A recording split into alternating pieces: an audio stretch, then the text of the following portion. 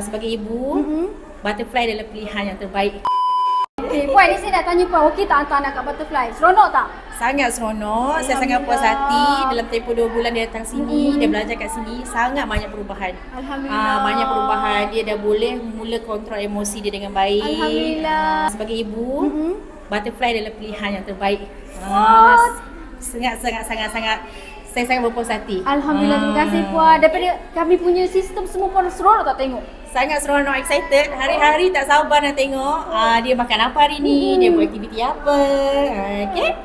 Sangat excited. Puan masuk dalam tadi kan buat LBC dengan murid ni. Puan tengok kan, Puan kena jadi cikgu ni. Betul. Mana-mana Puan rasa tengok, betul kan saya buat macam ni. Betul. Sebenarnya tak percaya sebab dekat rumah kita tak nampak sangat. Tapi bila datang hari ni tengok dia buat, rupanya dia boleh. Alhamdulillah. Salah satu sebabnya saya rasa sangat-sangat terkejut dan saya dalam sudut hati saya tu memang saya cakap ini saya tak sia-sia pilih butterfly. Alhamdulillah, terima kasih Puan. Dia punya perkembangan dalam tempoh 2 bulan je boleh nampak macam tu. Alhamdulillah, terima kasih Puan. Boleh saya tahu lagi last soalan? Okey. Puan tahu butterfly daripada mana?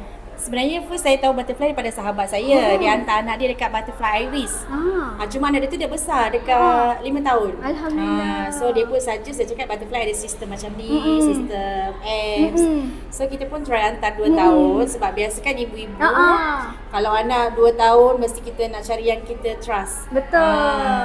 Okay, cikgu-cikgu yang berdedikasi, Alhamdulillah. berpengalaman. Alhamdulillah. Ada coklat. Ya, coklat. Terima kasih Puan di atas review Puan. Saya seronok sangat. Kerja ibu apa, utama kami juga insya-Allah. InsyaAllah kami akan buat lebih terbaik lah untuk ibu ayah akan datang. Terima kasih Sama-sama. cikgu-cikgu di Butterfly.